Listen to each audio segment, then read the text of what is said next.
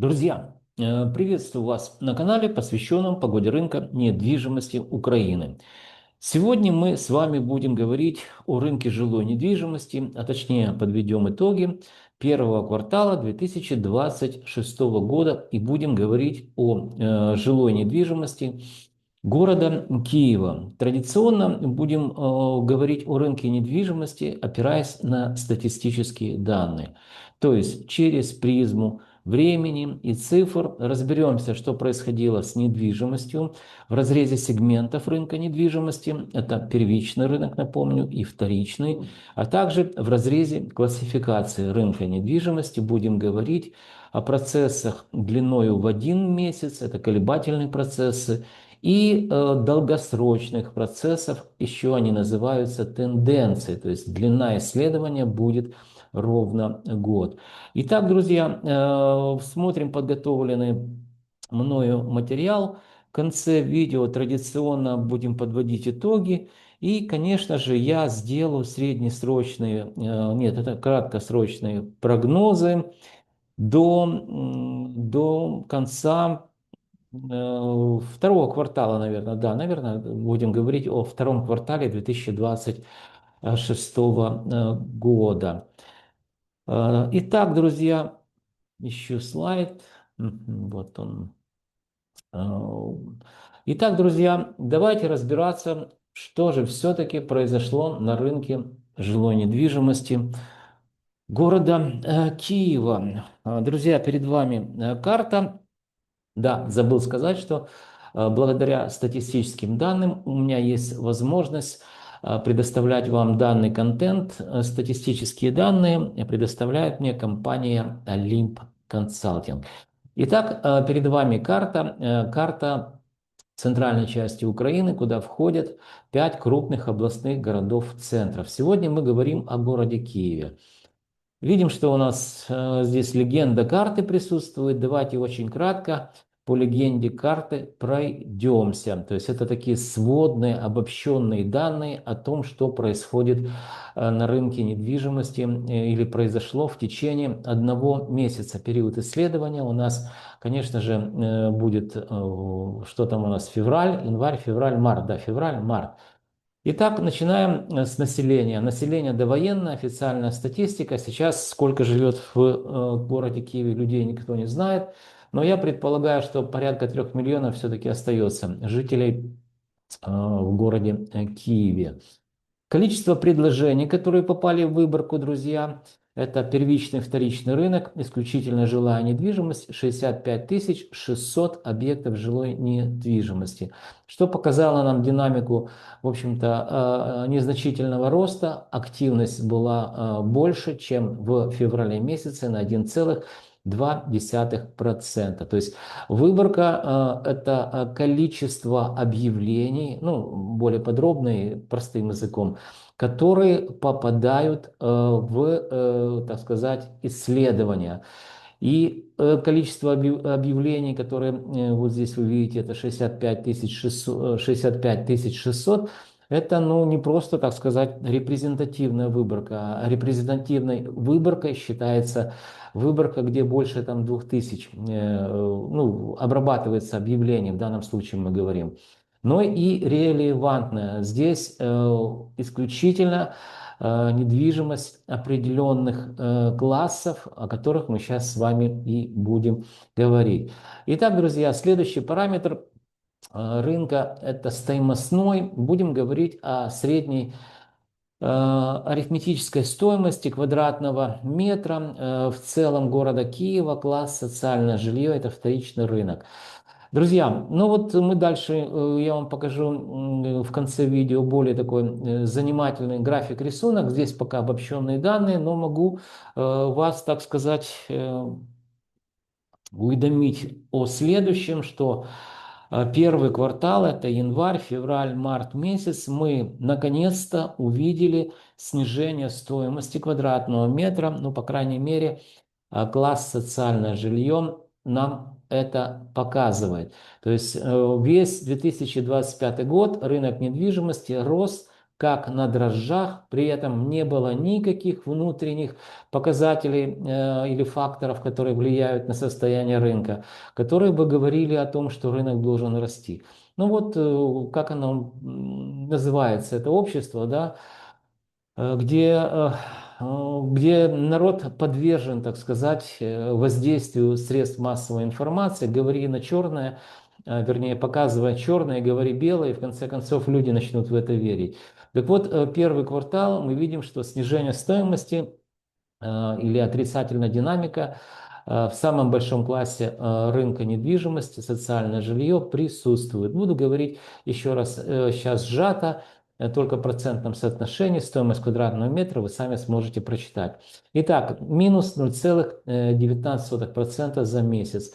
Квартиры эконом-комфорт бизнес-класс – это у нас также вторичный рынок. Здесь остается еще динамика роста плюс 0,20%. Но, друзья, если вы пересмотрите все предыдущие мои видео, то вы убедитесь в том, что вот эта не спадающая динамика роста присутствует. То есть, если мы видели в декабре месяце рост 1%, в январе там где-то 0,70%, то сейчас, а мы говорим о марте, это всего лишь 0,20%.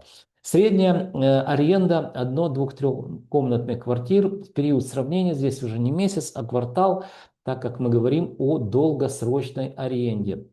Сравнивая четвертый квартал, это видим декабрь с мартом месяцем, с первым кварталом 2026 года, мы видим, что, друзья, вот здесь впервые, я об этом говорил, если честно, с января месяца, что аренда достигла своего пика роста.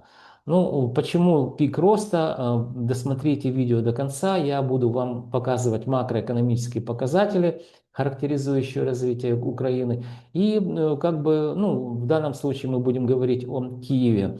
Это называется макрорегиональный валовый продукт, макроэкономический региональный валовый продукт. Так вот, мы увидели впервые, весь 2025 год была аренда росла, а вот за первый квартал 2026 года на 1 минуту, подумайте, снижение на 1,75%, плюс почти на 2% за один квартал аренда снизилась. Переходим к первичному рынку. Квартиры эконом-класс подорожали 0,24%. Первичный рынок квартиры комфорт бизнес-класс, друзья, здесь тоже, что мы видим, снижение минус 0,12%. И первичный рынок элитный класс также подешевели за месяц минус 0,17%. Итак, подводя итоги, обобщенные вот эти данные, мы видим, что, друзья, по большинству сегментов рынка недвижимости, это первичный, вторичный рынок, и по большинству классов рынка недвижимости мы видим снижение стоимости квадратного метра, о которой я, в общем-то, вам говорил достаточно и говорю давно. Хотя очередной раз это всего лишь мое предположение, что мы наблюдаем уже начинающуюся линию тренда, которая будет продолжаться на протяжении всего 2026 года. То есть 3 месяца это пока колебательные процессы. Вот если 6 месяцев мы будем видеть снижение стоимости квадратного метра, то здесь можно смело будет говорить, что это уже тренды. Почему? Потому что это долгосрочные процессы, и они не могут измениться. Вот буквально, если месяц к месяцу эти процессы могут меняться, то если 6 месяцев снижения идет, то значит это уже тенденция. Друзья, ну что, переходим к более, так сказать, подробным или декомпозированным данным. Что произошло с рынком жилой недвижимости, класс социальное жилье? Перед вами карта города Киева, 10 административных районов. В целом снижение за месяц данного класса жилья, напомню, это социальное жилье, вот здесь вы видите, да, минус 0,19%. Друзья, ну что, бросается в глаза, что наибольше всего подешевела недвижимость в Деснянском районе, видим снижение минус 0,23% за месяц. И меньше всего подешевела недвижимость традиционно в Печерском районе на минус 0,12%. 0,06%. Следующий, друзья, слайд. Здесь мы будем рассматривать, что произошло с недвижимостью на протяжении всего периода войны. То есть это 4 года, друзья, уже больше, чем 4 года. В феврале было 4 года, а сейчас уже март, 4 года и 1 месяц. Итак, давайте очень кратко пройдемся по данному графику рисунку. Напомню, что вам это, друзья, уникальный контент. Ничего подобного вы не найдете в интернете, как бы ни старались. Я сознанием дела говорю о том, что, в общем-то, это действительно уникальный контент. На примере класса «Социальное жилье» давайте посмотрим, что произошло март месяц 2022 год. Здесь поквартальное исследование. Война началась 24 февраля 2022 года. Итак, самый большой класс рынка недвижимости «Социальное жилье» показывал нам в марте 2022 года 1121 доллар за квадратный метр. Первый год мы наблюдали падение порядка 9%. Второй год войны мы видели аномалию, которую вот здесь вы видите, да, даже стоимость квадратного метра повышалась. С чем это связано, я предполагаю всего лишь, и постоянно об этом вам говорю, что мы, в общем-то, вспомним, если второй год войны, это 2023 год, где присутствовал такой фактор, как контрнаступление Украины. И действительно, с Сумской, с Киевской, с какой там еще Харьковской области Российская Федерация отвела свои войска, и нам с голубого экрана рассказывали, что мы будем пить кофе в Ялте на набережной, очень скоро война закончится. Я предполагаю, что именно с этим статистическим, так сказать, белым шумом, который не соответствовал реальности, мы и увидели вот это незначительный рост стоимости квадратного метра. Дальше, друзья, третий год войны. Третий год войны рынок недвижимости показал снижение по городу Киеву тоже порядка 10%. Ну, цифры здесь есть, рэперные точки, можете сами посчитать. По-моему, 10%. То есть вот так вот вел себя рынок. И, о чудо, четвертый год войны, друзья, с января месяца мы наблюдали весь год, то есть 12 месяцев, мы наблюдали, как стоимость квадратного метра медленно и уверенно росла. Ну вот как-то так видим, что это очень сильно похоже, если посмотрим на ретроспективные вот эти данные, что в 2023 год подобная аномалия была, ну и 2025 год тоже видим с какого-то перепуга, как я называю, рынок недвижимости стал расти.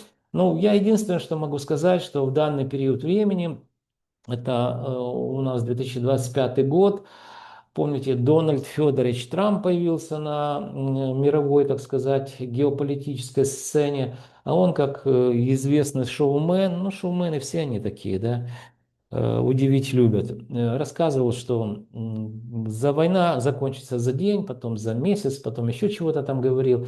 Ну, в общем, все как происходит в шоу-бизнесе. И я предполагаю, что люди, конечно же, ну, устали от войны и хотели бы действительно воспринимать его слова за чистую правду. То есть это внешние факторы, которые, в принципе, могли повлиять на состояние, так сказать, продавцов. Мы сейчас говорим не о сделках, а о предложениях, о квартирах, которые выставлялись на продажу. Но количество этих квартир, помните, я вам говорил, 63 тысячи только за вот этот месяц, который прошел у нас. То есть это абсолютно репрезентативная выборка. С таким количеством статистических данных можно смело утверждать, в общем-то, что это настроение людей, которые продавали в тот период свои квартиры. И, конечно же, они понимали, что продавать во время войны себе дороже, или снимали с продажи, или же повышали стоимость в надежде, что война скоро закончится. Но опять же, повторюсь, это мое предположение. И вот видим, что 2026 год, январь-февраль месяц, 3 месяца стоимость квадратного метра снижается незначительно, но снижается. Внизу таблица, друзья, экселевская, за весь период войны 4 года и 1 месяц мы видим, что недвижимость данного класса подешевела на 5,71%. То есть это немного, но именно так, друзья, ведет себя рынок недвижимости. Переходим к следующему слайду.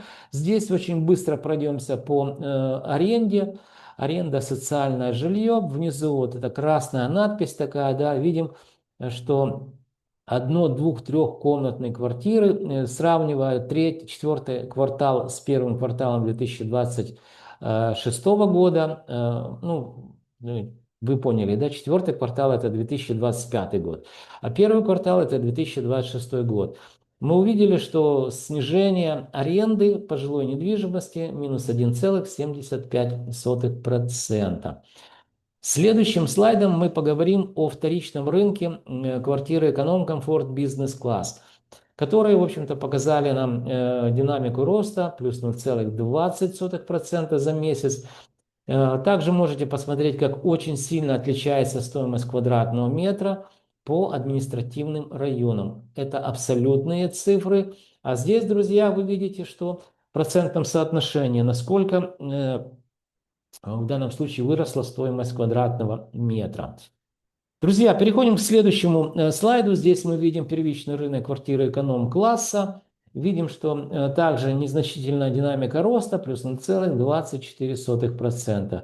В абсолютных цифрах в разрезе админрайонов данные есть и подорожание в процентном соотношении тоже по административным районам за месяц. А следующий слайд – это комфорт бизнес-класс, друзья. Здесь мы видим снижение минус 0,12%. Видим также по админ-районам, что произошло в разрезе, так сказать, классов. Это комфорт бизнес-класс. Ну и снижение в процентном соотношении за месяц. И последний слайд, друзья. Здесь первичный рынок квартиры элитного класса. Но вы уже обратили внимание, во-первых, стоимость как очень сильно отличается. Это $2930 за квадратный метр, жилье, которое еще не сдано в эксплуатацию. Снижение минус 0,07%. И смотрите, из 10 районов осталось всего лишь 3 административных района, в которых, в общем-то, строят компании-застройщики квартиры данного класса. Это Голосеевский, центральная часть. Это Печерский массив Липки, это Шевченковский, центральная часть города. И как сильно отличается стоимость квадратного метра одного и того же жилья в зависимости от локации. Ну, в общем, прочитайте сами все, да? Друзья, следующий слайд наиболее интересный. Здесь традиционно мы будем говорить, что произошло в течение года. Период исследования, март 2025 год, на примере класса социальное жилье. Видим $1039 за квадратный метр, это март 2025 год. Март 2026 год это $1057, что показало нам за год динамику роста плюс 1,73%. Друзья, видим, как себя вел рынок недвижимости в течение года. Рост до сентября месяца, 2 месяца вниз, колебательные процессы, да. Дальше мы видим, что декабрь показал опять рост, и январь, февраль, март мы увидели, что более-менее 3 месяца стабильно снижается незначительно стоимость квадратного метра. Мы также, я и компания Alim Consulting, друзья, готовим для крупных украинских банков и также, и также иностранных банков. Готовим индекс рынка недвижимости. Вот на примере вам показываю социального жилья. Индекс стоимости жилой недвижимости, вторичный рынок, класс социальное жилье. Положительный, единичка, запятая 0,17. Что такое индекс, друзья? Индекс – это макроэкономический показатель, который характеризует изменения стоимости квадратного метра недвижимости во времени. Он считается очень просто, если у вас есть статистические данные. Показываю на примере социальное жилье. 10 057 долларов стоимость квадратного метра. Делим на 1039 и получаем, что, друзья, рост в годовом измерении плюс единичка 1,73%, или же вот этот положительный индекс единичка, запятая 0,17. Друзья, Я знаю, что меня смотрят фокус-группа людей, это которые работают в финансовых учреждениях. То есть это управление по рискам и риск-менеджменту. Данная категория специалистов очень хорошо знает, как ведут себя деньги во времени, или точнее, как меняется стоимость денег во времени. Я же один из немногих в Украине знаю, как меняется стоимость недвижимости во времени. И на примере вам всего лишь одного класса рынка жилой недвижимости показываю на этом графике, как поменялась стоимость квадратного метра недвижимости во времени, и это выражено в виде индекса. Поэтому, друзья, синергия наших знаний помогает и в вашем сложном бизнесе, и помогает мне, в общем-то, развиваться дальше, и компания Olymp Consulting также работать на этом очень сложном рынке. Для того, чтобы меня найти, посмотрите в описании канала, есть мой телефончик Viber, есть киевский телефон, кипрский телефон. Можем созвониться, списаться, как удобно будет вам. И, конечно же, подготовим техническое задание, и ваш банк и финансовое учреждение будет раз в год, точнее не раз в год, а раз в квартал, я прошу прощения, получать исследование рынка недвижимости, всей той недвижимости, под которую ваше финансовое учреждение выдало какие-то финансовые средства.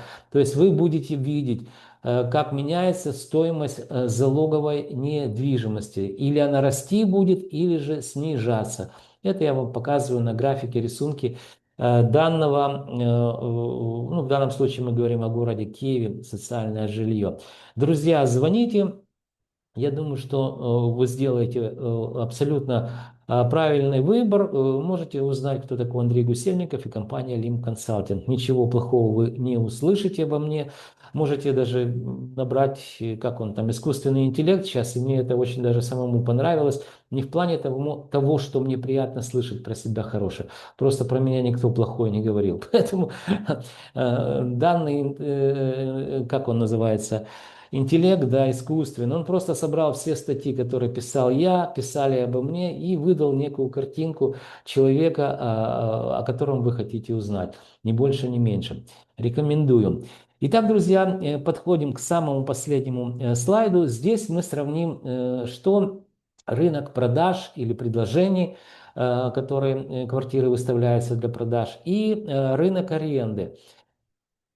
Смотрите, вверху это график, рисунок, который мы рассматривали, социальное жилье, снижение, вернее, рост плюс 1,73% за год. Мы это уже обсуждали. Давайте уделим ваше внимание на вот эту таблицу экселевскую. Здесь аренда. Внизу смотрим, что произошло, сравнивая март месяц 2026 года с мартом 2025 также один класс жилья социальное. Внизу аренда социальное жилье, вверху предложение к продаже, также социальное жилье. Ну, чтобы было понятно. Что мы видим, друзья, вот здесь? А мы видим, что в годовом измерении рост аренды составил 3,7%. Напомню вам, что в декабре месяце, когда я отчет подобный готовил, аренда была 4,5%. То есть первый квартал 2022 года, давайте я даже вам покажу эту аренду, так чтобы без сомнений. Видите, только за один квартал снижение по аренде было минус 1,75. А вот в годовом измерении положительно еще остается динамика, но это уже 3,7%. Друзья, я об этом говорил в декабре месяце. Давайте на простом примере, бытовом абсолютно. Есть у вас, предположим, сбережения в долларах. Вы, предположим, решили эти деньги положить на депозит в любой банк, который работает на территории Украины. И вы с ужасом для себя узнаете, что по данному депозиту вы сможете получить там, ну, 1,5% где-то максимально, скорее всего 1%. Гарантированно, что вы получите 1% дохода пассивного в течение года. Вот представьте себе только, насколько депозитная ставка, ну, невыгодна с точки зрения рисков, которые могут произойти. Почему я об этом говорю? Аренда в данном случае, видите, приведена в долларах. То есть я по курсу Национального банка на момент марта 2026 года, видите, перевел это все в доллары для того, чтобы опять сравнивать верхний график вот с этим нижним доходностью рынка, да, жилой недвижимости.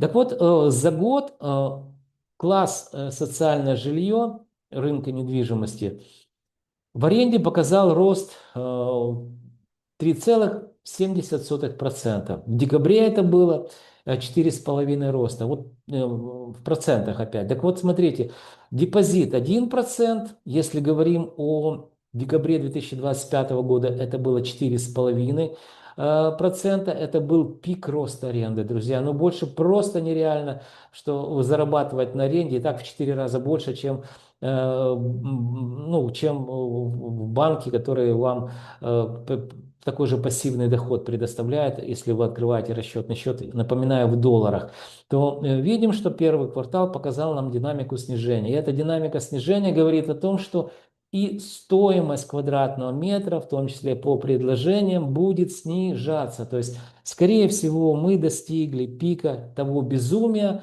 когда необоснованно росла стоимость квадратного метра по предложениям, в этом графике мы видим, и дошли до пика безумия, когда все-таки аренда стала снижаться, когда ну, вот, декабрь, январь, февраль месяц без света, да, в этих каменных джунглях, ну, прожить очень сложно.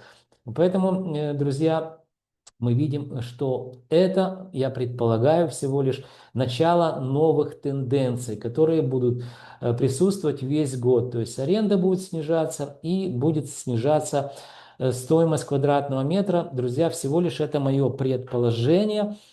Следующее видео буду также записывать и что, конечно же, говорить вам о том, что происходит с рынком недвижимости. Не случайно мой YouTube-канал называется «Погода рынка недвижимости» с Андреем Гусельниковым. Закрываем показ слайдов. И что, друзья, хотел бы напоследок сказать в виде прогнозов.